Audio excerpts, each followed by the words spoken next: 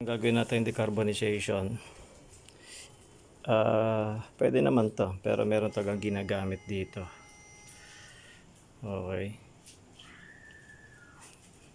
Huwag yung gagayahin to, bahala kayo.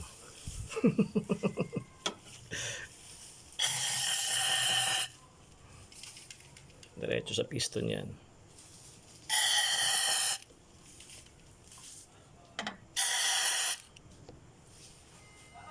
Yan. Okay.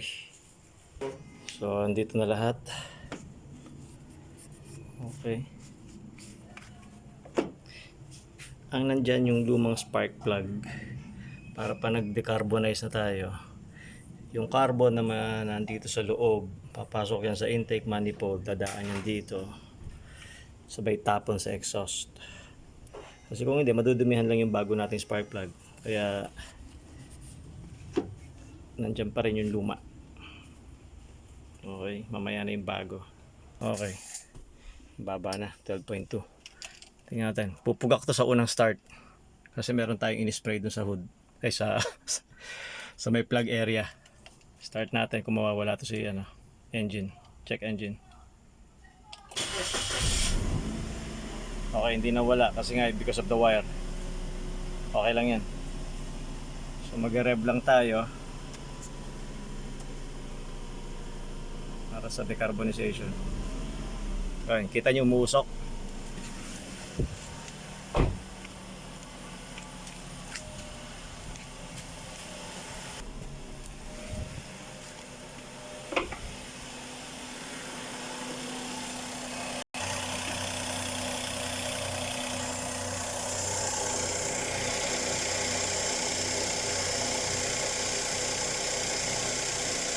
Decarb tayo. Pupugak to.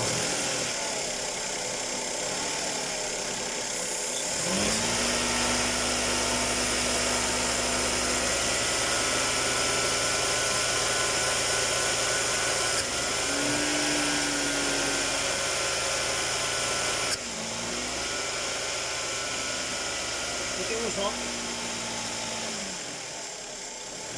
Walang usok. Spray lang.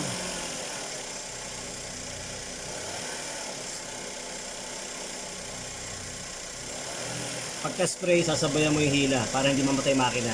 Hihilahin mo yung throttle.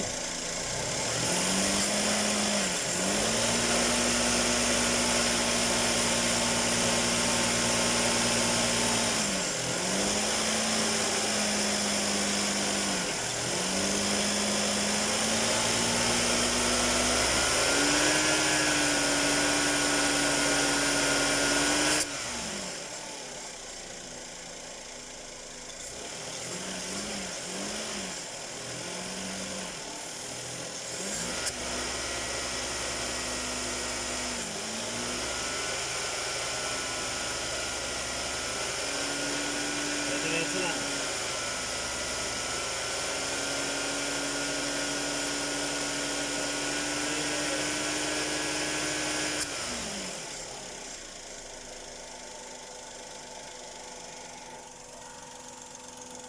Galing!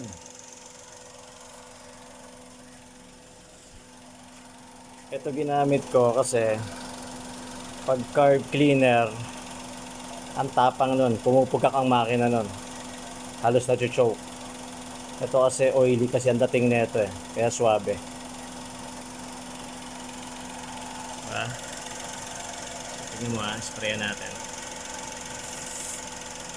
Yee!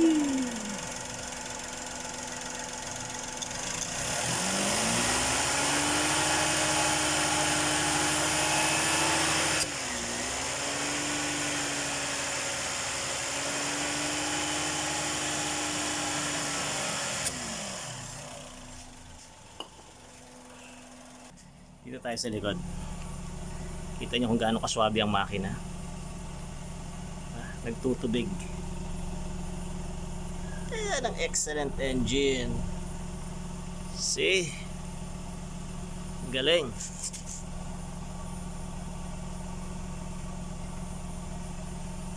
Tutubig siya. Yun, tumatasik pa sa kamay ko yung tubig. Aha. Ayun. See, this one. Yun, may pumatak ulit. Galing!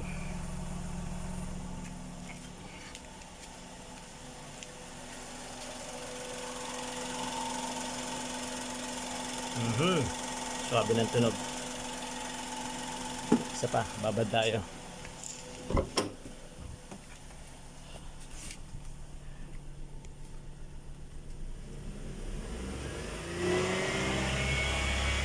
(4,000 RPM). Para lang magtuloy-tuloy ang decarbonization niya.